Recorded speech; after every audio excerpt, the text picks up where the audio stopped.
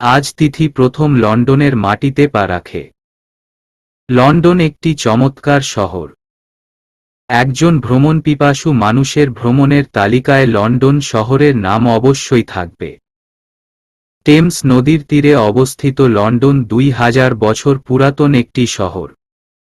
এটি minority majority শহর নামে পরিচিত। অর্থাৎ এই শহরের বেশিরভাগ মানুষ মাইনরিটি অর্থাৎ সংখ্যালঘু অবস্থা থেকে উঠে এসেছে। এখন লন্ডন বিশ্বের নেতৃত্বদানকারী অর্থনৈতিক দেশ। চারটি বিশ্ব ঐতিহ্য স্থান এখানে অবস্থিত। এছাড়াও রয়েছে অনেক আকর্ষণীয় স্থাপনা যার টানে প্রতি বছর হাজারো মানুষ লন্ডন ভ্রমণে আসেন। তিথি এখানে ভ্রমণ করতে আসেনি। তিথির জব হয়েছে লন্ডনে। তিথি সবসময় মুক্ত বিহঙ্গ এর মতো আকাশে উড়তে চেয়েছে। ডানা মেলে উড়তে, পৃথিবীর কোথায় একটু সুখের ছোঁয়া পাবে সেটা খুঁজে বেরিয়েছে। আজ সময় এসেছে তিথির, খুব বড় হতে না পারুক স্বাধীনভাবে বাঁচাতে তো পারবে। তিথি একটা লজে উঠে, কারণ প্রথম দিন তো আর কোনো ফ্ল্যাট পাবে না থাকার জন্য। রুম নাম্বার 756, ষষ্ঠ ফ্লোরে উঠে ফ্রেশ হয়ে বিকেলে ঘুরতে বের হয়। আশেপাশের সৌন্দর্য উপভোগ করছে। এই হোটেলটা অনেক সুন্দর করে সাজানো। সামনে বড় লেক আর মাঝে ফোয়ারা। মনের মাঝে আফসোস হচ্ছে, নিজের বাড়িতে ফোয়ারা থাকলেও এর সৌন্দর্য কখনোই উপভোগ করতে পারেনি। ফোয়ারা থেকে ঝিরিঝিরি পানি তিথির শরীরে পড়ছে আর সে শিহরিত হতে থাকে। এই যাহহ, ফ্ল্যাট তো খুঁজতে যাওয়া হলো না।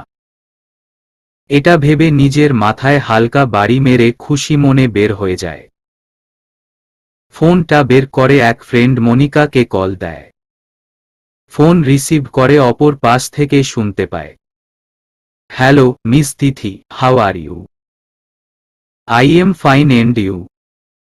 I am fine also. তা কখন এসেছিস তুই সেটা বল। সরি, আমি তোকে রিসিভ করতে যেতে পারিনি। ক্ষমা করে দিস রে। মনিকা তিথির ফেসবুকে পরিচয় হওয়া ফ্রেন্ড, ওর হেল্পের জন্যই এই জবটা পেয়েছে তিথি। তিথির দুইটা কারণে মনিকাকে ফ্রেন্ড বানিয়েছে। 1, মনিকা বাংলাদেশী। 2, সে এখন লন্ডনে থাকে। তিথির বরাবরই লন্ডনে যাওয়ার শখ ছিল, তাই সে পূরণ করেছে। আরে তুই টেনশন নিস না, আমি এখন ফ্ল্যাট খুঁজতে বের হয়েছি। মেবি পেয়ে যাব। তুই এত সেলফিশ কেন বলতো? কেন কি করলাম? তুই লন্ডনে এসে ফ্ল্যাটে থাকবি। আরে শোন, আমি একা থাকি, তুই আমার সাথেই থাকবি বুঝলি। আজকের দিন তুই লজেই থাক, কাল গিয়ে তোকে নিয়ে আসব। কিন্তু কোনো কথা হবে না। তোকে যা বলছি তুই তাই শুনবি। ওকে, থ্যাঙ্কস দোস্ত। আর একবার শুধু বন্ধুত্বতে থ্যাঙ্কস বলেছিস তো নাকটা ভোঁতা করে দিব। ওরে ওরে, হয়েছে, এবার তো থামো। আমি তোর সাথেই থাকব। খুশি এবার তুই? খুশি না হয়ে পারি বল? আরও কিছু কথা বলে তিথি ফোনটা রেখে দেয়। নুহাশ গ্র্যাজুয়েশন কমপ্লিট করে, পিএইচডি ডিগ্রি নেয় ইউনিভার্সিটি অফ লন্ডন থেকে। এখন একটা মাল্টিন্যাশনাল অফিসের বস। নুহাশ এখন লন্ডনে থাকে, কিন্তু অফিসের কাজে একটা লজে আসে। সবার সাথে মিটিং শেষ করতে রাত 10টা বেজে যায়। এক কলিগের অনুরোধে লজের বারে যায়। বারে একসাথে সবাই এনজয় শুরু করে আর বিয়ার খেতে শুরু করে। নুহাশের নেশা করার তেমন অভ্যাস নাই, তাই অল্পতেই নেশা উঠে যায়। মাথাটা ঝিম ধরেছে নুহাশের। আজ আর ফ্ল্যাটে না ফিরে লজে রুম বুকিং করে, রুম নং 759। ড্রিঙ্কস করে একে তো মাথা হ্যাংয়ের উপরে, আবার ডোর লক হচ্ছিল না, তখন ডোরে কয়েকটা বাড়ি দেয়। 759 স্ক্রু ঢিলা ছিল বিধায় এখন নুহাসের রুম নাম্বার 756 হয়ে যায়। তিথির ড্রিঙ্কস করার অভ্যাস আছে, সে একা একাই বেশ এনজয় করে। সব দুঃখ যন্ত্রণা দূর হয় ড্রিঙ্কস করলে। কিন্তু নতুন পরিবেশে এসে খাওয়াটা একটু বেশিই হয়ে গেছে। মাথাটা খুব যন্ত্রণা করছে তিথির। ফ্লোরে এসে রুম নাম্বার দেখে রুমে ঢুকে পড়ে। উফ, রুম খোলা কেন? ধ্যাত ভালো লাগে না বলে বিছানায় গিয়ে শুয়ে ঘুমিয়ে পড়ে। রুমটা অন্ধকার ছিল, তাই কেউ আছে কিনা সেটা না দেখেই শুয়ে গিয়েছিল তিথি। নেহা তার একমাত্র বান্ধবী মোনালিসার বিয়েতে এসেছে। মোনালিসা হিন্দু, এতে নেহার কোনো মাথা ব্যথা নাই। সব সময় দুটিতে পাড়া মাতিয়ে রাখত। আজ মনুটা নেহাকে ছেড়ে আলাদা হয়ে যাচ্ছে। হিন্দুদের বিয়ে সাধারণত রাতে হয়, কিন্তু মনুর বিয়ের লগ্ন একেবারেই রাত্রে। খুব রাগ হচ্ছে নেহার, একমাত্র বান্ধবী, তাও বিয়ে কিনা রাত্রে। বান্ধবীর বিয়ে রাত্রে এটা প্রবলেম না, প্রবলেম হচ্ছে বরযাত্রীতে আসা একটা ছেলে শুধু শুধু নেহার পিছু পিছু ঘুরছে। বারবার নেহার গা ঘিসে দাঁড়াচ্ছে, দুষ্টামি করতে চাচ্ছে। কিন্তু নেহার কোনো ছেলেকেই পছন্দ না, তাই এই ছেলেকেও বিরক্ত লাগা শুরু করে। মনু যখন ওর বরের সাথে 7 পাক দেওয়ার জন্য হাঁটছিল, তখন ছেলেটা নেহাকে বলছে, দেখছেন মেয়েরা ছেলের পিছু পিছু ঘুরছে, অথচ আমি সারাদিন আপনার পিছু ঘুরেও আপনার মন পেলাম না। ব্যাপারটা কেমন যেন লাগছে, তাই না বলুন? একটা সম্পর্ক আসে দুইজনের দিক থেকে, যদি একজন চায় আরেকজন মুখ ফিরিয়ে নেয়, তাহলে কেমন হলো বলুন তো? আপনার প্রবলেমটা কি? আমার পিছু নিয়েছেন কেন? আর কিসের সম্পর্কের কথা বলছেন? নেহা আমি মুরাদ, বাবা মায়ের একমাত্র সন্তান। গ্র্যাজুয়েশন কমপ্লিট করে বাবার অফিসেই জয়েন করেছি। তা দিয়ে আমি কি করতে পারি? আপনার কাজল কালো চোখ করেছে আমায় পাগল। হতে চাই খুব আপন। থাক, আর ন্যাকামি করতে হবে না, ডিসগাস্টিং। নেহা রাগ করে চলে যায়। বিয়ে শেষে বাসর জাগে সবাই। মোনালিসার ইচ্ছেতেই নেহাকে মনুর সাথেই থাকতে হচ্ছে। আর বরযাত্রী থেকে আসা মুরাদ নামের ছেলেটা তো আছেই। বাসর ঘরে সবাই আনন্দ করতে করতে মুরাদ বলে উঠে, একটা খেলা শুরু করা যাক। সবার নাম চিরকুটে লিখা হোক। 2টা করে চিরকুট একসাথে তোলা হবে। চিরকুটে যা লিখা থাকবে সেটাই অভিনয় বা করে দেখাতে হবে। নেহা কিছুতেই নাম দিতে চায় না, কিন্তু সবার চাপে পড়ে নাম দিয়ে দেয়। চিরকুট তুলে তুলে দুইজনের কবিতা আবৃত্তি হয়, গান হয়, অভিনয় হয়। এরপর চিরকুটে উঠে নেহার নাম লিখা আছে ড্যান্স, আর মুরাদ কারচুপি করে নিজের নাম দিয়ে দেয়। নেহা এসব দেখে রাগী গলায় বলে সে খেলবে না। তখন মুরাদ একটা গান গাইতে শুরু করে আর নেহাকে হাত ধরে টেনে ইচ্ছেমতো নাচায়। নেহা মুরাদের গান শেষে মুরাদকে একটা চড় দিয়ে বলে, এ কেমন অসভ্যতা, সেই দুপুর থেকে বিরক্ত করছেন আর এখন, বলে রুম থেকে বেরিয়ে যায়। রুমে একটা গুমট পরিবেশ সৃষ্টি হয়, সবাই মুরাদের দিকে তাকিয়ে মুখ চেপে হাসছিল। মুরাদের মাথা রাগে গজগজ করছে। মুরাদ সবার সামনে অপমানিত হয়ে মনেমনে বলে, এর প্রতিশোধ আমি নিয়েই ছাড়ব। মুরাদ লোক লাগিয়ে নেহার সব তথ্য নেয়। সকালে নুহাসের আগে ঘুম ভাঙ্গে, জেগেই দেখে একটা মেয়েকে কোলবালিশের মতো জড়িয়ে ধরে ঘুমিয়ে আছে। নুহাস। তিথির ঘুম ভেঙ্গে তিথিও নুহাসকে পাশে দেখে চিৎকার দেয়, আরে থামুন, আপনি আমার কামরায় আসলেন কিভাবে? নুহাস, আপনার রুম কেন হতে যাবে? এটা আমার রুম। তিথি, আরে এটা আমার রুম, আপনি আসলেন কিভাবে? নুহাস, আপনি ভালো করে দেখে আসুন, এটা আমার রুম নাম্বার 756, নইলে আমি এখানে আসলাম কিভাবে? তিথি: আরে এটা 759 নং রুম, আপনার ভুল হচ্ছে। আপনি গিয়ে চেক করে আসুন। নুহাশ তাড়াতাড়ি করে বিছানা থেকে উঠে তিথির হাত ধরে দরজা দেখাতে গেল। দরজায় রুম নং 756 দেখে নুহাশের মাথা গরম হয়ে গেল। আরও মেজাজ খারাপ হলো সামনের রুম নাম্বার ও 756 দেখে। তিথি ও দুইটা রুমের একই নাম্বার দেখে রেগে যায়। দুইজনই হোটেল বয়কে চিল্লিয়ে ডাকতে থাকে। হোটেল বয় বলে নাম্বার প্লেটের স্ক্রু ঢিলা ছিল, তাই 9টা 6 হয়ে গেছে। দুইজনেই চোখ কটমট করে একে অপরের দিকে তাকাচ্ছে। রাত্রে কিভাবে একই রুমে এসেছে কারোরই মনে নাই। আসলে সরি তিথি। সরি, আসলে কিভাবে যে কি হয়েছে কিছু মনে নাই।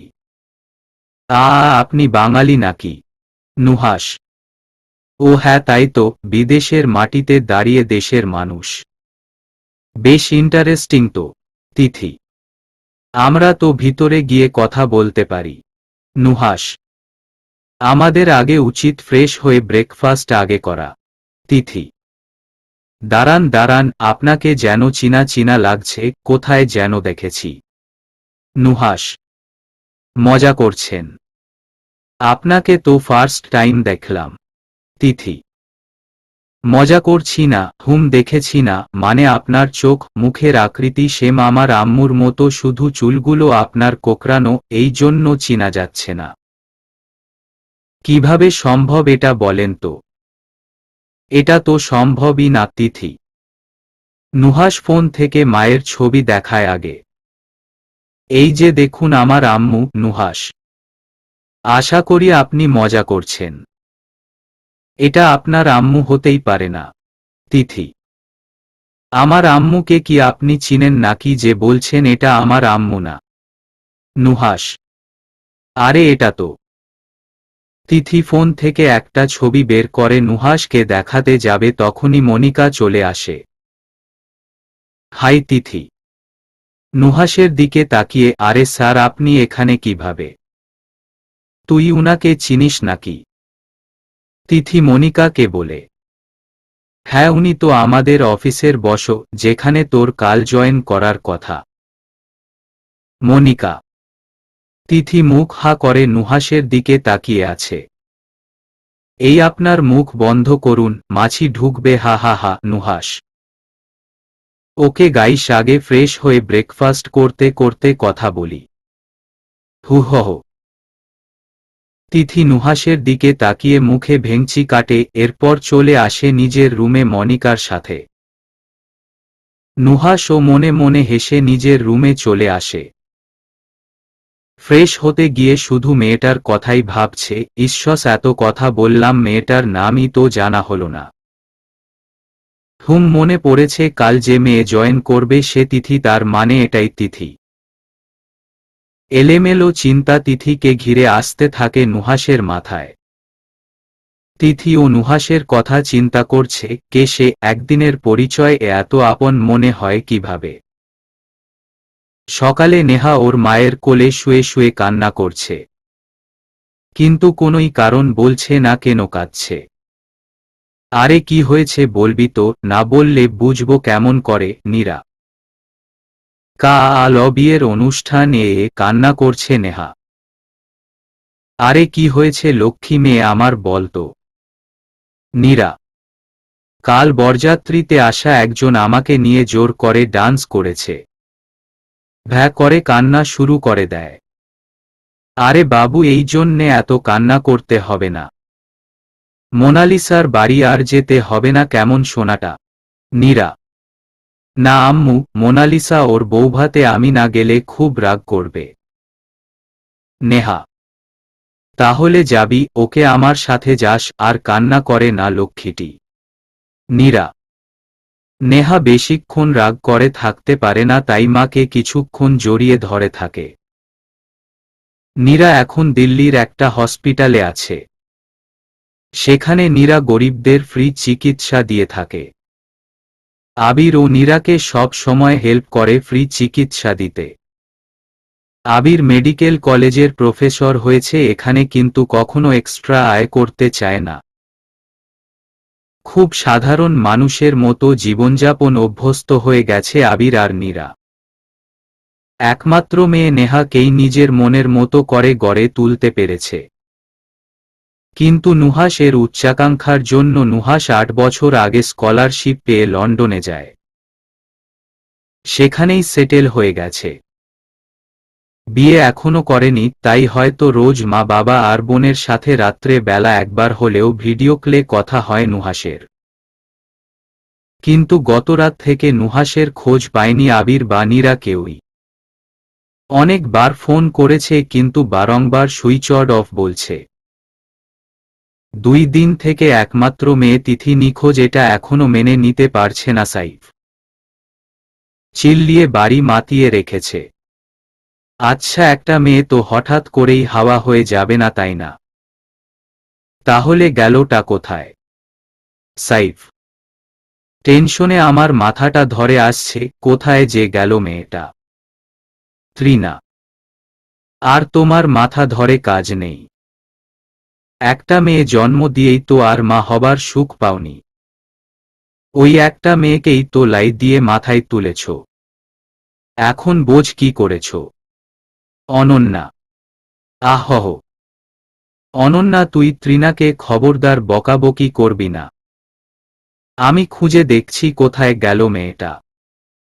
সাইফ কোথায় আর যাবে তোমার মেয়ে মামু, সে তো পালিয়েছে। বিয়েটা করবে না, তাই এখন যদি না পাই তিথিকে তাহলে গোটা বাড়িতে আগুন জ্বালিয়ে দিব বলে দিলাম। অভি অনন্যার ছেলে।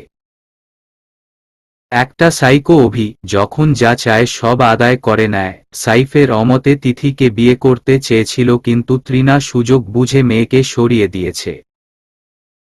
কারণ তৃণা জানে এই বাজে ছেলেটার ঘরে তিথি কখনো সুখে থাকবে না। তৃণা সাইফকে এই কথাটা বলতে ভয় পাচ্ছে, কারণ অনন্যা কোনোভাবে যদি জানে তিথি লন্ডন গেছে তাহলে তিথিকে তুলে আনিয়ে অভির সাথে বিয়ে দিবে অনন্যা। নুহাশ ব্রেকফাস্ট করতে এসে তিথি আর মনিকাকে একসাথে পেয়ে তাদের সাথেই বসে পড়ে একদম তিথির কাছ ঘিসে। হাই, চলে আসলাম, ডোন্ট মাইন্ড। নুহাশ কি যে বলেন স্যার, আপনি আমাদের বসো। মনিকার মুখের কথা কেড়ে নিয়ে নুহাশ বলে, তুমি খুশি হলেও আরেকজন তো মোটেও খুশি হয়নি। নুহাশ আরে আমি কখন বললাম যে আমি খুশি হইনি? মন চাচ্ছে একটা ঘুষি দিয়ে নাকটা ফাটিয়ে দিতে। তিথি এই তো মনে মনে বলছো, এই আপদটা কোথা থেকে আসলো? নুহাশ মোটেও না, মনে মনে আপনার নাকে ঘুষি দিতে ইচ্ছে করছে, দিব কি? তিথি এই না না, নিজের নাক এক হাত দিয়ে প্রোটেক্ট করে। বিশ্বাস নেই তোমার, দিয়েও দিতে পারো। নুহাশ একসাথে সবাই হেসে উঠল। বাই দা ওয়ে, আপনার নামটা যেন কি? তিথি সর্বনাশ, আপনি আমার নাম জানেন না? Hi, I am Nuhash and you. Handshake করার জন্য হাত বাড়িয়ে দিয়ে, I am Tithi from Australia, now in London, nice to meet you, thank you. Handshake করে নুহাশের সাথে। নুহাশের মনে দুষ্টু বুদ্ধি আসে। জানো মনিকা, আজ আমি আর তিথি একসাথে রাত্রি যাপন করেছি। নুহাশ এই একদম মিথ্যে বলবেন না। রাত্রি যাপন করেছি মানেটা কি? তিথি এই যে, আমি কি মিথ্যে বলছি নাকি? সকালে আমায় জড়িয়ে ঘুমিয়েছিলে আর মাত্র 1 ঘন্টাতে ভুলে গেলে। দুষ্টু হাসি হেসে। এদিকে মনিকা জ্বলে যাচ্ছে, কিন্তু কিছু বলতে পারছে না। মনে মনে নুহাশকে পছন্দ করে, কিন্তু বসো বলে কখনো সেইরকম কিছুই বলেনি। মোটেও নয়, এমন কিছুই হয়নি আমাদের মাঝে। তিথি রাত্রে কি হয়েছে দুজনেরই মনে নাই, হলে হতেও পারে। নুহাশ বলেই বাম হাত দিয়ে তিথির হাতে চিমটি কাটে। কখনো এমন হয়নি। মনে মনে খুব রাগ উঠে। আরে হয়েছে তো নুহাশ। এবার তিথির রাগ উঠে নুহাশের দুই কান মলে দেয়। এইটা হইছে। হিহিহি, বেশ হইছে। নুহাশ সবার সামনে বেশ লজ্জায় পড়ে যায়। এই সিচুয়েশন কাটানোর জন্য তিথির চুল ধরে টান দেয়। বেশ হইছে এবার নুহাশ। মনিকা চল তো, এখানে আর ভালো লাগছে না। তিথি, তুই বাইরে যা, আমি আসছি। মনেমনে খুব রাগান্বিত হয়ে আছে। তিথি মনে মনে নুহাশের সাথে একা কিভাবে কথা বলবে সেটা ভাবছে, কিন্তু মনিকার জন্য কিছুই পারছে না। নিজের মায়ের ছবি নুহাশের কাছে কিভাবে গেল? থাক, পরে একসময় বলবো ভেবে নুহাশের কাছ থেকে বিদায় নিয়ে চলে আসে। নীরা বেশ চিন্তিত নুহাশের ব্যাপারে। ঠিক তখনই মনে পড়ল নুহাশ চায় সবাই মিলে ছেলের কাছে লন্ডনে থাকুক, আর আবির যেতে চাচ্ছে না। এই জন্যই নুহাশ হয়তো বাবা মায়ের সাথে কথা বলছে না। এ ব্যাপারে কথা বলা লাগবে। তখনই নেহা আর আবির ঘরে আসে। কি নিয়ে এত চিন্তিত আম্মি? নেহা, নুহাশ চাচ্ছে আমরা ওর কাছে গিয়ে থাকি। তোর বাবা চাচ্ছে এখানেই থাকতে, কি যে করি। সেই জন্যেই হয়তো ছেলে আর খোঁজ নিচ্ছে না। নীরা, নেহা এই সুযোগে আবিরকে বলে, চলো না আব্বু, জানোই তো আমার ওই একটাই ভাই। আমরা ওখানেই চলে যাই। নেহা, আচ্ছা ঠিক আছে, কিন্তু নুহাশকে না জানিয়েই যাব, সারপ্রাইজ দিতে হবে তো। মুচকি হেসে আবির বলে। এই কথা শুনে নেহা নীরা দুজনেই প্রচুর খুশি হয়। আমার লক্ষ্মী আব্বু, সোনা আব্বু, আমি যে কত খুশি হয়েছি বলার মতো না। নেহা, তোরা দুটোই তো আমার সব, তোদের মুখের দিকে তাকিয়ে করতে পারি সব। আনন্দের অশ্রু আবিরের চোখে। নীরা আবিরের পাশে গিয়ে দাঁড়িয়ে আবিরের কাঁধে মাথা রাখে। আবির নেহাকে একপাশে আর নীরাকে একপাশে রেখে মাথায় হাত বুলিয়ে দেয়। তিথি মনিকার সাথে ফ্ল্যাটে আসে। মনিকা রুম খুলছে আর তিথি পিছনে ঘুরেই দেখে নুহাশ। নুহাশ তিথিকে চোখ টিপ দেয়। আপনি এখানে কে এনো? তিথি, এত তোতলাচ্ছ কেন? নুহাশ, মানে ভূত দেখলাম তাই। তিথি, কোথায় ভূত? স্বয়ং আমি সামনে দাঁড়িয়ে আছি। নুহাশ, দুজনের কীর্তি দেখে মনিকা চুপচাপ দাঁড়িয়ে গেছে। কি ব্যাপার মনিকা, ভিতরে কি ঢুকা নিষেধ নাকি? নুহাশ, না না, মানে হ্যাঁ, আসুন স্যার। মনিকা। নুহাশ ভিতরে ঢুকার সময় তিথিকে আরেকবার চোখ টিপ দিয়ে গেল। আসলে নুহাশ আর মনিকা একই ফ্লোরের পাশাপাশি দুইটা ফ্ল্যাটে থাকে। যেহেতু নুহাশের আজ অফ ডে, তাই মনিকা আর তিথির সাথে আড্ডা দিতে চলে এসেছে। তিথিকে মনিকা একটা রুম দেখিয়ে দেয়। তিথি রুম লাগানো ওয়াশরুমে গিয়ে আগে ফ্রেশ হয়, এরপর একটা টাওয়েল পরে বের হয়ে আসে। এরপর কোনো দিকে খেয়াল না করেই ফোন হাতে নিয়ে মাকে ফোন দিয়ে জানিয়ে দেয় সে সেফ আছে। মায়ের সাথে টুকিটাকি কথা শেষ হতেই খেয়াল করে সোফায় নুহাশ বসে আছে। এক পলকে তিথির দিকেই তাকিয়ে আছে। তিথি যে এমন পোশাকে বের হয়ে আসবে তা নুহাশ কল্পনা করেনি। তিথিকে এত আকর্ষণীয় লাগছে সেটা বলার মতো না। ভেজা চুলগুলো উপরে খোপা করে বাঁধা, গায়ে শুধু সাদা একটা টাওয়েল। এতে তিথিকে স্বর্গীয় পরীর মতো লাগছিল। আবার নুহাশ ও যে তিথির ঘরে আসবে সেটা তিথি ভাবেনি। নুহাশকে দেখে তিথি জোরে করে চিৎকার দিতে যাবে, তখনই নুহাশ তিথির মুখ চেপে ধরতে গিয়ে বেকায়দায় তিথির উপরে নুহাশ পড়ে যায়। বিছানায় পড়ে যাওয়াটা কিছু মনে না করলেও এরপর যা হয়েছে তিথির জন্য মোটেও সেটা ভালো নয়। যখন নুহাশ তিথির মুখ চাপতে যায় তখন নুহাশের পায়ে বেঁধে তিথির টাওয়েলটা খুলে যায়। নুহাশ তিথিকে এইভাবে দেখে কিছুটা উন্মাদ হয়ে ওঠে।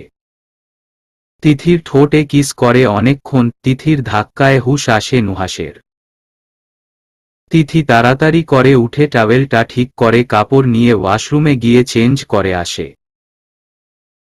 বাইরে আসে মুখ নিচু করে। লজ্জা লাগছে খুব, কারণ এমন ফিলিংস কখনো হয়নি এর আগে। নুহাশ তিথিকে গিয়ে বলে, আসলে এমন হবে বুঝতে পারিনি। ভেবেছিলাম তুমি রুমে আছো তাই আসলাম দুষ্টুমি করতে, কিন্তু তুমি নেই দেখে ওয়েট করছিলাম। তুমি এই পোশাকে বের হবে বুঝতেই পারিনি। এরপর যা হয়েছে সব অনিচ্ছাকৃত, প্লিজ মাফ করে দাও। তিথির সামনে হাঁটু গেড়ে বসে মাথা নিচু করে কথাগুলো বলে নুহাশ। তিথির চোখে পানি চলে আসে। অতীতের স্মৃতি ভেবে অভি এত বিরক্ত করেছে একসময়, কিন্তু কখনো ক্ষমা চায়নি অভি। নুহাশের প্রতি কি তাহলে দুর্বলতা তৈরি হয়েছে তার মনে? এটা কি প্রেম? এমন অস্থির লাগছে কেন? তিথি কিছুই বুঝছে না। তিথির সম্বিত ফিরে পায়। নুহাশ ওর চোখের পানি মুছে দিচ্ছে। তিথি আর কিছুই না ভেবে নুহাশের বুকে মাথা লুকিয়ে কাঁদতে থাকে। তৃণার কাছে ফোন আসায় সাইফ একটু সন্দেহ করে তৃণাকে। তাই রুমের দরজা লাগিয়ে তৃণাকে জিজ্ঞাসা করা শুরু করে, দেখো তৃণা, হাজার হোক ওই একটাই তো মেয়ে আমার। ওর সম্বন্ধে যদি কিছু জেনে থাকো লুকিও না আমাকে। সাইফ, তুমি এমন করে ভাবছো কেন? তিথি কোথায় আছে জানলে কি বলবো না বলো? তৃণা, তোমার চোখ বলছে তুমি জানো। ওই চোখের ভাষা আমি পড়তে পারি। ভয় পেও না, আমায় সব কিছু শেয়ার করতে পারো। সাইফ, অনন্যা আপা হাজার হোক তোমার বোন জানি, কিন্তু আপা আমাদের সাথে কি করেছে তা হয়তো ভুলে যাওনি। তৃণা, কি করে ভুলি বলো? সে এত চালাকি করবে আমার সাথে আমি কি বুঝেছিলাম? অস্ট্রেলিয়া আসার পর এক অস্ট্রেলিয়ান মেয়েকে বিয়ে করার চাপ দেয়। তোমার উপর তখন রাগ করে বিয়েতে মতো দিই, কিন্তু সেটা অনন্যার চালাকি তা কি বুঝতে পেরেছিলাম। বিয়ে রেজিস্ট্রেশন পেপারের নামে আমার নামের সব সম্পত্তি নিজের নামে করে নেয়। এইসব যখন জানতে পারলাম তখন আমার পাশে শুধু তুমিই ছিলে। এরপর আমার এত দূর আসা আমার যোগ্যতার জন্য। চেম্বার থেকে যা আসে সেটা দিয়েই তোমার আমার সংসার চলেই যাচ্ছে। যে বোনের জন্য তোমার সাথে জঘন্য কাজ করেছিলাম সেই বোনের বেইমানি আমি সত্যিই মেনে নিতে পারিনি। এরপর তোমার বেবি হবার সময় তোমাকে আঘাত করে, যার জন্য তোমার জীবন মরণ সংকট হয়েছিল। ডক্টর তো বলেই দিয়েছিলেন তুমি বাঁচবে না। সেই সব দিনগুলি এত করুণ ভাবে পার করেছি, এখনো মনে পড়লে গায়ে কাটা আসে। সাইফ, তখন দেখেছিলাম তুমি আমায় কতটা ভালোবাসো। আমাকে অট্টে ঢুকানোর সময় তুমি খুব কেঁদেছিলে।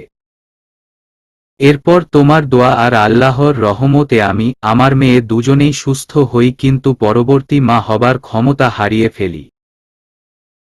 তুমি তাও সব সময় আমাকে সাপোর্ট দিয়েছ, সব সময় হেল্প করেছ। আমাদের একমাত্র আশার আলো তিথিকে নিয়ে স্বপ্ন দেখেছি দুইজনে, কিন্তু এত কিছু করার পরও তুমি তোমার বোন আর বোনের ছেলেকে রেখে দিলে। আর সেই অভি আমার স্বপ্ন, আমার মেয়ে তিথিকে উত্ত্যক্ত করেছে। মা হয়ে মেয়ের কষ্ট কিভাবে সহ্য করি বলো? মেয়েটা অভিকে চায় না, অভির খারাপ নেশা আছে। প্রতিশোধের আগুনে জ্বলতে জ্বলতে আমাদের দুই বোনের জীবনটা ছারখার হয়ে গেছে। বাবা মা বোন কোথায় আছে কিছুই জানি না, বেঁচে কি মরে গেছে কিছুই জানি না। আমি চাইনি আমার মেয়ের জীবন এমন নরক করতে। তাই সে লন্ডন যাবার সব ব্যবস্থা করেছিল। আমি ওকে পাঠিয়ে দিয়েছি। খুব ভালো আছে তিথি ফোন দিয়ে জানালো মাত্র। তৃণা, সাইফ আর তৃণা একে অপরকে জড়িয়ে ধরে কাঁদছে, এমন সময় অনন্যা আর অভি এসে হাজির। আরে মামু, তিথি কোথায় গেছে সব জেনে গেছি। এখনই এয়ারপোর্ট থেকে খবর পেয়েছি, আর এখন দেখছি তোমাদেরই চাল এইসব। অভি, মেয়েকে পাঠিয়ে দিয়েছিস ভালো কথা, আমরা কি তুলে আনতে পারি না নাকি? অভিকে অনন্যা বলে। কেন নয়, টিকিট তো কেটেই এসেছি, এখন শুধু ফ্লাইটের অপেক্ষায়। অভি বলেই পিশাচ হাসি দিয়ে বের হয়ে গেল অভি আর অনন্যা। এখন কি হবে সাইফ? তৃণা, আমরাও যাচ্ছি, এক্ষুনি টিকিট কনফার্ম করছি, ওয়েট। সাইফ, নেহা আর বৌভাতে অ্যাটেন্ড করেনি মুরাদ নামক ওই ছেলেটা রব হয়।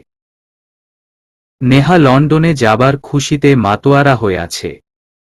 মুরাদ সব খোঁজ খবর নিয়ে নেয়। নেহা কোথায় যাচ্ছে, কি করছে, সব কিছুই খোঁজ নিয়ে মুরাদ নিজের জন্য টিকিট নিয়ে নেয় আর ওর মা বাবাকেও আসতে বলে। মনিকা দরজায় টোকা দিতেই নুহাশ আর তিথি একে অপরের থেকে সরে আসে। কতক্ষণ যে এভাবে জড়িয়ে ধরে ছিল দুজনেরই অজানা। তিথি দরজা খুলে দিতেই মনিকা বলে, একদিনেই এত ভাব দুজনের, আমাকে তো ভুলেই গেলেন সবাই, ভিতরে ভিতরে জ্বলছে। আসলে গল্প করছিলাম তাই। নতুন মানুষের সাথে কথা তো হতেই পারে, তাই না? তিথিকে চুপ থাকতে দেখে নুহাশ বলে, ওহহ, তাহলে সরি, ডিস্টার্ব করে ফেললাম, মাফ করবেন। আর কথা বলার সুযোগ না দিয়েই বের হয়ে আসে মনিকা। আরে মনি, যা চলেই গেল, আরে এতে রাগ করার কি আছে, বুঝলাম না তো। নুহাশ, ও হয়তো আপনাকে চয়েস করে, কিন্তু আপনি অন্যের সাথে, তাই জেলাস ফিল করছে। তিথি, ওহহ, তাই না? সে পছন্দ করে, তুমি কিভাবে বুঝলে? একটু শয়তানি করে বলে নুহাশ। আর গুটি গুটি পায়ে এগিয়ে যাচ্ছে তিথির দিকে। করতেই পারে, বুঝাই যাচ্ছে, কিন্তু আপনি এদিকে আসছেন কেন? ভয়ার্ত কণ্ঠে বলে তিথি। ভয় কেন পাচ্ছ তুমি? আমিই তো, কিন্তু তোমার ওই বাঁকা দুটি ঠোঁট শুধু আমায় কাছে টানে। দুষ্টুমি করতে করতে কাছে আসে নুহাশ। তিথিকে কাছে টেনে নিয়ে প্রায় 10 মিনিট লিপ কিস করে নুহাশ। প্রথমে তিথি ছাড়িয়ে নিতে চাইলেও পরে আর কিছুই বলে না। মনিকা এসে হাত তালি দেয়াতে দুইজন একে অপরের থেকে সরে আসে। কনগ্রেচুলেশন স্যার, বিয়ের দাওয়াত নিশ্চিত পাচ্ছি। নুহাশের দিকে তাচ্ছিল্যের হাসি দিয়ে বলে মনিকা। মা নেকি? একসাথে থাকলে বিয়ের কথা আসছে কেন? কেবল তো চেনাজানা হলো, প্রেম করতে হবে না। তাছাড়া বিয়ে করেই কি লাভ, যদি আগেই মিষ্টি পাওয়া যায়? বলেই তিথির দিকে শয়তানি হাসি দেয় নুহাশ। আর তিথিও বাড়িময় নুহাশকে মারার জন্য তেরে নিয়ে বেড়াতে শুরু করে। পরদিন তিথি নুহাশের অফিসে জয়েন করে। সারাদিন কাজ শেষে একসাথেই মনিকার ফ্ল্যাটে ফিরে আসে। এসে দুজনেই অবাক হয়ে যায়। তিথির বাবা, মা, ফুপি আর অভি এসে বসে আছে। ওদেরকে দেখে তিথি নুহাশকে পিছন থেকে জড়িয়ে ধরে ভয়। আর নুহাশ অবাক হয় তিথির মাকে নিজের মা নীরা ভেবে। নুহাশ ভাবে নীরা অন্যের সাথে কি করছে। তিথি কিছু বলার আগেই নুহাশ বলে, আম্মি, তুমি এখানে? খুব বিস্ময় নুহাশের কথাতে। বলে তৃণাকে জড়িয়ে ধরে নুহাশ। বাবা, তোমার কোথাও ভুল হচ্ছে। আমার তো কোনো ছেলে নাই। তিথি আমার একমাত্র মেয়ে। তিথি কি তোমার ওয়াইফ নাকি? বিয়ের কথা তো আগে বলেনি তিথি। এক নাগারে কথাগুলো বলে তৃণা। নুহাশকে কিছু বলার সুযোগ না দিয়েই, হ্যাঁ আম্মু, বলাই হয়নি, আমাদের বিয়ে হয়ে গেছে। গতকালই বিয়ে করেছি। নুহাসকে চিমটি দিয়ে বলে প্লিজ না বলবেন না। তিথির কথাতে অভি চিৎকার করে বলে এ বিয়ে আমি মানি না, পারলে ডিভোর্স করিয়ে বিয়ে করব আমি। মনিকাও সুযোগ বুঝে বলে ফেলে, ওরা তো হাজব্যান্ড ওয়াইফ নয়, জাস্ট বসো আর অফিস সহকারী। এবার তৃণা জোর গলায় বলে আমি নুহাসকে বিয়ে করেছি, আমরা একে অপরকে ভালোবাসি, আমাদের অনেক দিনের প্রেম বলেই বাসা থেকে পালিয়ে এসেছি। আর নুহাসের কানে কানে বলে প্লিজ বাঁচান আমাকে। নুহাস একের পর এক সারপ্রাইজে দিশেহারা। আর নতুন কিছু না ভেবেই তিথিকে টানতে টানতে নিজের ফ্ল্যাটে নিয়ে তোলে। তিথির মা বাবা ও তিথির সাথে নুহাসের ফ্ল্যাটে যায়। অভি আর অনন্যা থেকে যায় মনিকার ফ্ল্যাটে। ফ্ল্যাটে এসে নুহাস তিথিকে বলে হচ্ছেটা কি? আমার মাথা তো হ্যাং হয়ে যাচ্ছে। এরপর তৃণাকে বলে আপনি আমার মায়ের মতো দেখতে কিভাবে? দুইটা মানুষের এত মিল হয় কিভাবে? বলুন প্লিজ। তৃণা নুহাসকে জিজ্ঞেস করে তোমার নাম কি আগে নিশান ছিল? নুহাস অবাক হয়ে জবাব দেয় হ্যাঁ। তৃণা নুহাসকে এবার জড়িয়ে ধরে বলে তোমার মায়ের নাম কি নীরা? আর বাবা কি আবির? আপনি কিভাবে জানলেন এসব বিস্ময় নুহাসের চোখে। বাবা নীরা আমার যমজ বোন। আমার ভুলে আমি আমার বোনকে হারিয়ে ফেলেছিলাম। আমি জানি তোমাকে তোমার মা আমাদের ব্যাপারে কিছুই বলেনি। না জানা চাপা অভিমানে আমাদের পর করে দিয়েছে। আমাদেরই দোষ ছিল অবশ্য। সেটা ভুল বুঝাবুঝিই বেশি ছিল। বোন তোমাকে আর দুলাভাইকে নিয়ে কোথায় হারিয়ে যায় জানতাম না। ক্ষমা চাওয়ার সুযোগটাও পাইনি, কান্নায় ভেঙে পড়ে তৃণা। আন্টি আপনি কাঁদবেন না প্লিজ। আম্মির আসার কথা আছে এখানে। আপনারা এখন খাওয়া দাওয়া করে রেস্ট নিন। অনেক দূর থেকে এসেছেন। কাল সকালে কথা হবে। নুহাস সবার জন্য ডিনারের অর্ডার দেয়। সবাই মিলে একসাথে খাওয়া দাওয়া করে গল্প করে। তিথির মা বাবাকে একটা ঘর দেখিয়ে দিয়ে নুহাস নিজের ঘরে আসে। তিথিও পিছনে পিছনে আসে নুহাসের ঘরে। আমি এখন কোথায় থাকব? অভিমানের সুরে বলে তিথি। কোথায় আবার থাকবে? আমার বউ আমার বেডেই থাকবে, মুচকি হেসে বলে নুহাস। আমার বই গেছে আপনার বউ হতে। এখন যে কোথায় যাব? ধুর, কিছুই ভালো লাগে না। তিথি রাগ করে বলে কথাগুলো। আরে বাবা, সবাইকে চিল্লিয়ে বললে আমাদের বিয়ে হয়ে গেছে, আর এখন কেন পালাচ্ছ? নুহাসের কথায় তিথি বলে অভির হাত থেকে বাঁচতে। আমি ওকে ঘৃণা করি, কিন্তু ও আমার জীবনটা নষ্ট করে দিচ্ছে, তাই পালিয়ে এসেছিলাম অস্ট্রেলিয়া থেকে লন্ডন। তোমার তো দেখছি শত্রুর অভাব নেই। আচ্ছা যাই হোক, তোমার ড্রেস মেবি মনিকার ফ্ল্যাটে আছে। সেখানে যাবার আর দরকার নাই, আজকের মতো আমার ড্রেস পরেই থাকো। তিথির হাতে একটা নাইট ড্রেস ধরিয়ে দেয় নুহাস। তিথি চেঞ্জ করার জন্য ওয়াশরুমে গেলে নুহাস বলে আমার সামনেই চেঞ্জ করলেও বাকি সবই তো দেখেছি, বলেই হাসি দেয় নুহাস। তিথিও রাগ করে তেড়ে আসে নুহাসের দিকে। নুহাস পিছনের দিকে ঘুরতে গিয়ে পায়ে বাধা পেয়ে পড়ে যায়, পাশে থাকা আলমিরাতে লেগে কপালে কিছুটা কেটে যায়।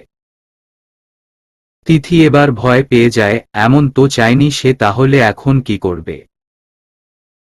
তাড়াতাড়ি করে নুহাসের কপাল হাত দিয়ে চেপে ধরে। নুহাসের ঘরে থাকা কটনে অ্যান্টিসেপটিক লাগিয়ে নুহাসের কপালে বেঁধে দেয় তিথি। নুহাস ব্যথায় উহু উহু করছে। তিথি নুহাসকে কথা বলতে নিষেধ করে। বিছানায় শুইয়ে দেয় আর একটা পেইন কিলার খাইয়ে দেয় নুহাসকে।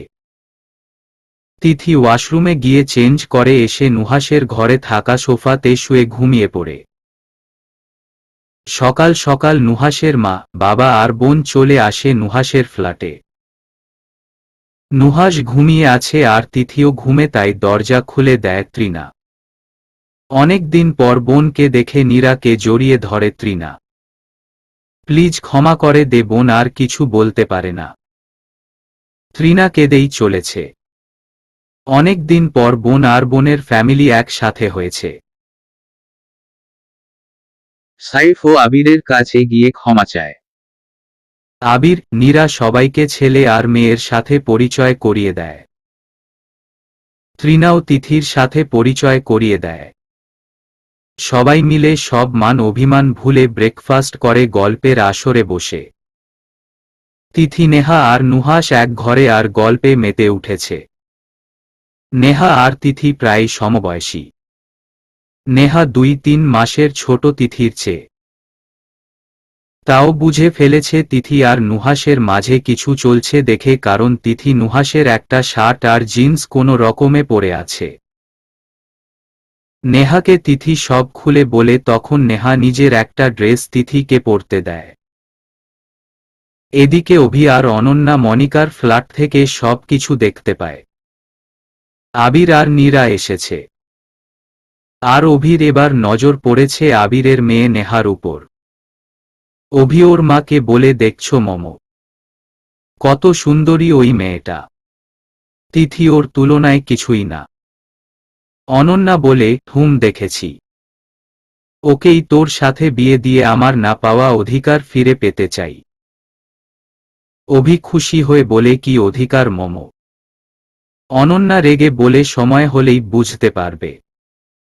নেহা ড্রেস সালোয়ার কামিজ তিথি এই প্রথম পরে। তিথি সব সময় মডার্ন হয়ে বড় হয়েছে, কিন্তু কখনো সালোয়ার কামিজ পরেনি, তাই একটু আনইজি ফিল করছে তিথি। নুহাস এসে তিথিকে এই অবস্থায় দেখে বলে, ওয়াও, জাস্ট অসাধারণ লাগছে। তোমার মতো সুন্দরীকে তো চোখ বন্ধ করে বিয়ে করা যায়। আগে এত সুন্দর না লাগলেও এখন তো চোখ ফিরানো দেয়। তিথি লজ্জা পেয়ে যায়, কি যে বলেন আপনি।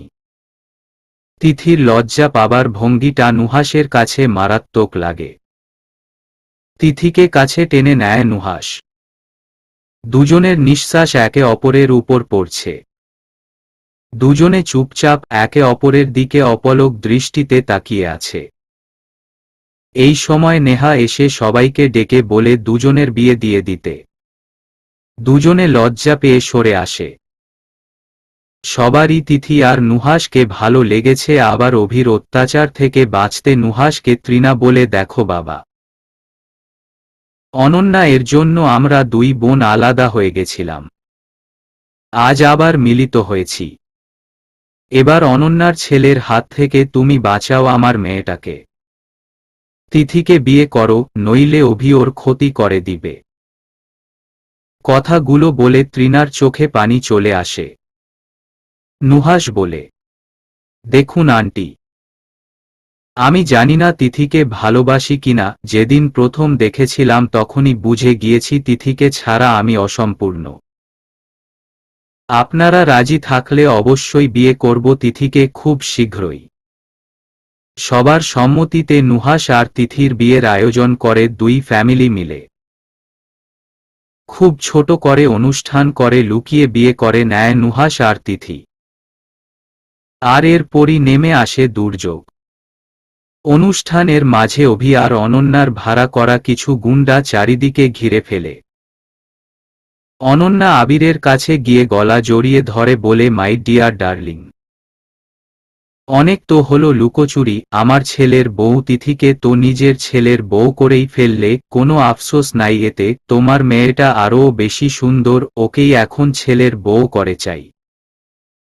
নইলে তোমার কুকর্মের কথা তোমার ছেলেমেয়ের সামনে ফাঁস করে দিব। সাথে সাথে তোমার মান সম্মান তো হারাবেই, ছেলেমেয়ের সামনে মুখ দেখাতে পর্যন্ত পারবে না। বলেই জোরে জোরে হাসতে শুরু করে। অনন্যার কথায় আবির বলে, প্লিজ এমন করো না অনু, সারাটা জীবন পাপের শাস্তি বয়ে বেরিয়েছি, আর পাপের বোঝা মাথায় নিতে চাই না। আমার মেয়েটা তো কোনো দোষ করেনি, তাছাড়া ওর বিয়ে ঠিক করে রেখেছি আমার বেস্ট ফ্রেন্ডের ছেলের সাথে। একজনকে ভালোবেসে আরেকজনের ঘর কিভাবে করবে বলো? এতে অনন্যা আরও রেগে বলে, আমি কিভাবে একজনকে ভালোবেসে আরেকজনের ঘর করেছি? ভালোবাসা পাইনি তো কি হয়েছে, প্রতিশোধের আগুনে তো সবাইকে জ্বলিয়েছি। এখন আমার সুখ শুধু তোমার মেয়ের দিকে। মনে হচ্ছে অনন্যার আগুনে সবকিছু পুড়ে ছারখার করে দিবে। মনিকা ভেবেছিল অভি তিথিকে বিয়ে করে পথের কাঁটা সরিয়ে দিবে, কিন্তু এখন পরিস্থিতি উল্টো দেখে অভির ঘাড়ে হাত দিয়ে বলে, এই অভি, এইসব কেন বলছো? তোমার তো তিথিকে বিয়ে করার কথা। অভি মনিকার ঘাড় থেকে হাত নামিয়ে নিয়ে বলে, অন্যের খাওয়া মালের উপর আমার লোভ নেই। আমার লোভ খাঁটি জিনিসের উপর। মনিকা নুহাসকে ভালোবাসে, তাই ওর ফ্যামিলির ক্ষতি চায় না, তাই বলে আমি ও কারো সাথে প্রেম করিনি। তাহলে তো আমাকেই বিয়ে করতে পারো। মনিকাকে সরিয়ে দেয় অভি, মনে মনে ভাবছে মনিকাও কম সুন্দরী নয়, কিন্তু নেহা তার চেয়ে বেশি সুন্দরী। এত বিপদের মাঝে নেহা তিথির হাত চেপে বসে আছে, আর নুহাস বুঝতে পারছে না কি বলবে। হঠাৎ নুহাসের মাথায় বুদ্ধি আসে। নেহার সাথে যার বিয়ে ওদের বাবা ঠিক করেছে তাদেরকে বাসার ঠিকানা আর পুলিশের নাম্বার দিয়ে যত তাড়াতাড়ি সম্ভব আসতে বলে। আবির আসলে নেহার বিয়ে ঠিক করেছে আবিরের বান্ধবী মিশির একমাত্র ছেলে মুরাদের সাথে।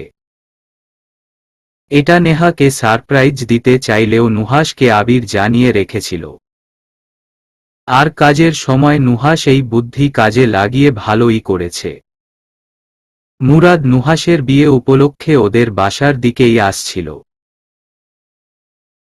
হঠাৎ মুরাদের ফোনে মেসেজ আসতেই ওর বাবা মাকে দেখায়, আর কুইক লন্ডন পুলিশে ফোন করে জানিয়ে দিয়ে ওদের বাসায় প্রবেশ করে। যেহেতু নুহাস জানিয়ে দিয়েছে ওদের কাছে পিস্তল আছে, তাই সাবধানে গেটের কাছে দাঁড়িয়ে থাকে, শুধু পুলিশ আসার অপেক্ষায়। অভি নেহার দিকে এগিয়ে গিয়ে ওকে জোর করে টেনে আনে। নুহাস কিছু বলতে পারছে না, কারণ ওর মাথাতেও এখন পিস্তল ঠেকানো আছে। নুহাসের বিয়ে উপলক্ষে ম্যারেজ রেজিস্টার আর কাজী দুইজনেই ছিল, তাই অভির কাজটা সহজ হয়ে গেছে। বারবার নেহাকে রেজিস্ট্রি পেপারে সাইন দিতে বলছে। সবাই জীবনের মায়া ত্যাগ করে নেহাকে বিয়ে করতে নিষেধ করছে, তবুও বাবা আর ভাইয়ের দিকে তাকিয়ে সাইন করতে যায়। তখন পুলিশ চলে আসে। পুলিশ কায়দা করে সবাইকে অ্যারেস্ট করে। অভি আর অনন্যার খেলা শেষ হয়ে যায়। মিশি, তন্ময় আর মুরাদ ভিতরে আসে। নেহা বেশ অবাক হয় মুরাদকে দেখে। মুরাদ মুচকি হাসি দিয়ে নেহার দিকে এগিয়ে যায়। কি ম্যাম, ভয় পেয়েছিলেন বুঝি? আমি থাকতে আপনাকে বিয়ে করবে এমন কেউ আছে নাকি? মুরাদ নেহার মাথায় টোকা দিয়ে বলে। খুব ভয় পেয়েছিলাম, কিন্তু এখন বিরক্ত লাগছে আপনাকে দেখে, মুখ বাঁকিয়ে বলে নেহা। মুরাদ নেহার দুই ঘাড়ে দুই হাত রেখে বলে, এখন বিরক্ত লাগছে তাতে কি হয়েছে, পরে বিরক্তটাকেই ভালোবাসায় রূপান্তরিত করে নিব। নেহা কিছুটা লজ্জায় দূরে সরে যায়। নিরামিষির গলা জড়িয়ে ধরে বলে, মেয়ের সাথে আপনার ছেলের বিয়ে দিতে পারি, তবে শর্ত আছে।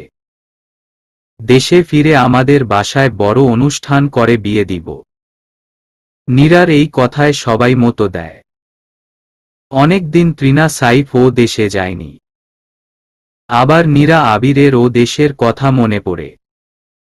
আর নুহাস, নেহা, তিথি কেউই দেশ দেখেনি। সবাই একসাথেই রাজি হয়ে যায়। দেশের বাড়ি ফিরার আনন্দে বিভোর সবাই। মনিকা নুহাসকে বলে, তাহলে স্যার, আমাদের বাসাতেও যেতে হবে। নুহাস মনিকার প্রস্তাবে রাজি হয়ে যায়। ওকে, যাব।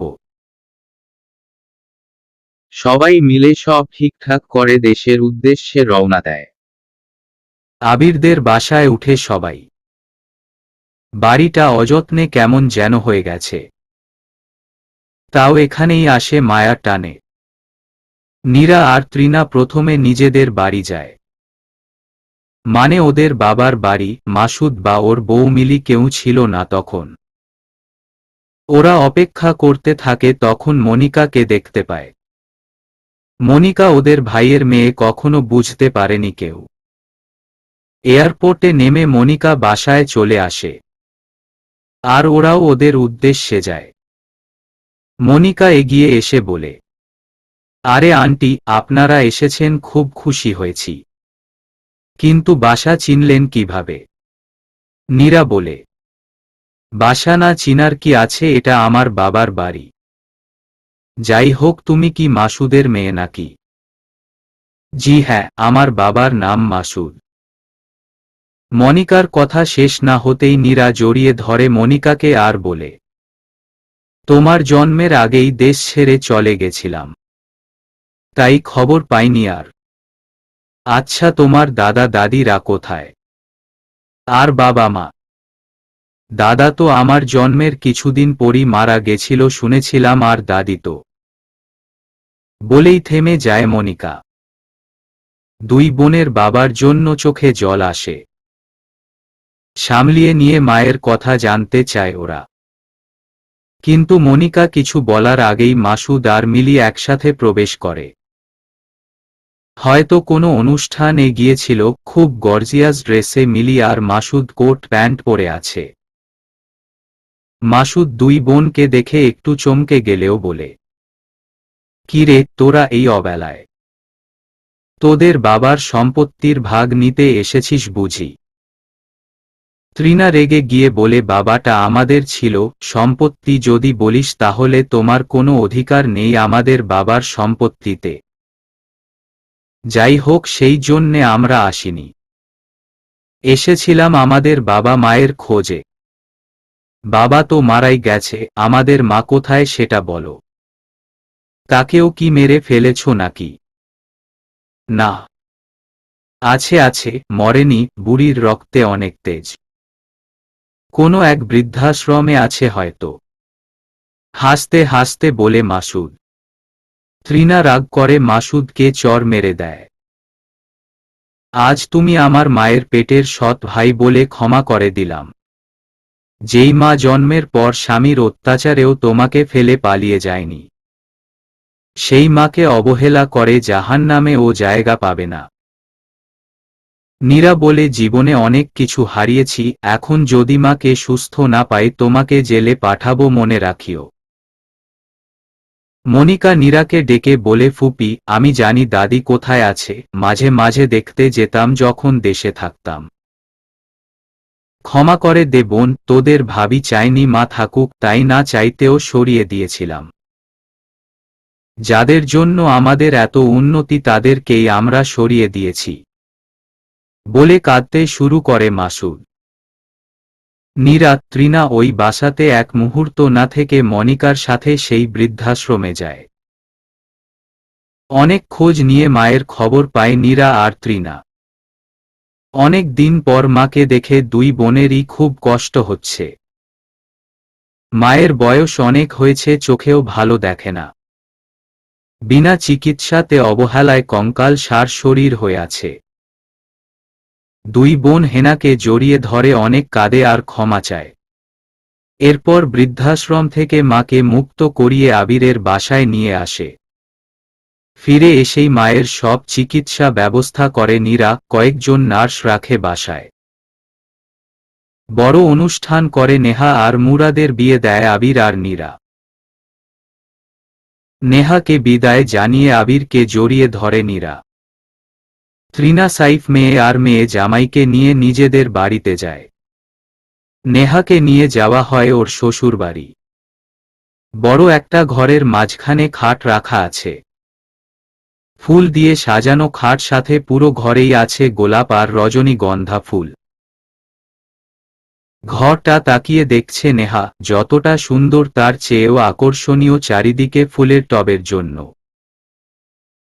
ঘরের মাঝে খাট, একপাশে ড্রেসিং টেবিল, পাশে আলমিরা, অন্য পাশে সোফা, সোফার পাশে টি টেবিল, আর এক পাশে অ্যাকুরিয়াম। সুন্দর সুন্দর মাছ ঘুরে বেড়াচ্ছে অ্যাকুরিয়ামে। ঘরের উপরে রেখেছে ঝাড়বাতি, এতে গোটা ঘরে আলো ছড়িয়ে পড়ছে। মুরাদ রুমে প্রবেশ করে নেহার দিকে এগিয়ে যায়। নেহা চোখ নামিয়ে নিলেও মুরাদ তাকিয়ে থাকে। বউ সেজে নেহাকে খুব সুন্দর লাগছিল। প্রথম যেদিন তোমাকে দেখি তখনই আমি ঠিক করে নিই তোমাকে বিয়ে করব। পরে সব খোঁজ নিতেই জেনে গেলাম তোমার আব্বু আমার আম্মু ফ্রেন্ডস। কাজটা খুব সহজ হয়ে যায়, তাই আজ তোমাকে পেয়ে গেলাম। মুরাদ নেহাকে বলে। নেহা কোনো কথা বলে না। মুরাদ নেহার গালে স্পর্শ দেয়, এতে নেহার লাজুকতা আরও বেড়ে যায়। নেহা কিছু বলার আগেই নেহাকে কোলে তুলে নেয়। বারান্দায় নিয়ে গিয়ে সোফাতে বসিয়ে দেয়। চাঁদের আলো নেহার মুখে পড়তে সৌন্দর্য আরও বেড়ে যায়। মুরাদ অপলক দৃষ্টিতে তাকিয়ে আছে নেহার দিকে। সরি, সেদিন অমন করে চর দেয়া ঠিক হয়নি। মাফ করে দিয়েন। নেহা আস্তে আস্তে বলে। মাফ করতে পারি এক শর্তে, যদি তুমি তোমার ঠোঁটের ছোঁয়ায় আমার জীবন রাঙিয়ে দাও। নেহা লজ্জা পেয়ে নিচের দিকে তাকায়। কি বলবে বুঝতে পারছে না আসলে। সব বোঝা বুঝি অতিক্রম করে মুরাদ নেহার ঘাড়ে কিস দেয়। নেহা শিহরিত হয়ে উঠে দাঁড়াতে গেলে মুরাদ হাত ধরে টান দেয়, এতে নেহা মুরাদের উপরে গিয়ে পড়ে। মুরাদ নেহার মাথার পিছনে হাত দিয়ে টেনে ধরে নিজের কাছে। বাকিটা বাকিই থাক, ওদের রোমাঞ্চ দেখে আমরা কি করব। আজ তিথি লাল শাড়ি পরেছে। কি ব্যাপার, তিথি পরি কাছে কি আসবে না? সেদিন থেকেই শুধু না না করছো। নুহাস তিথিকে পিছন থেকে জড়িয়ে ধরে বলে। আসবই তো বলে তিথি নুহাসের ঠোঁটে কামড় দিয়ে পালিয়ে আসে। নুহাস তিথির আঁচল ধরে টান দেয়। তিথির পিঠে আলতো ছোঁয়া দিয়ে তিথিকে পাগল করে দেয়। তিথি ঘুরে এসে নুহাসের বুকে জড়িয়ে ধরে। নুহাস তিথির ঘাড়ের কাছে ফিতেটা টান দেয়। শিহরণে আরও বেশি করে নুহাসকে জড়িয়ে ধরে। সমাপ্ত।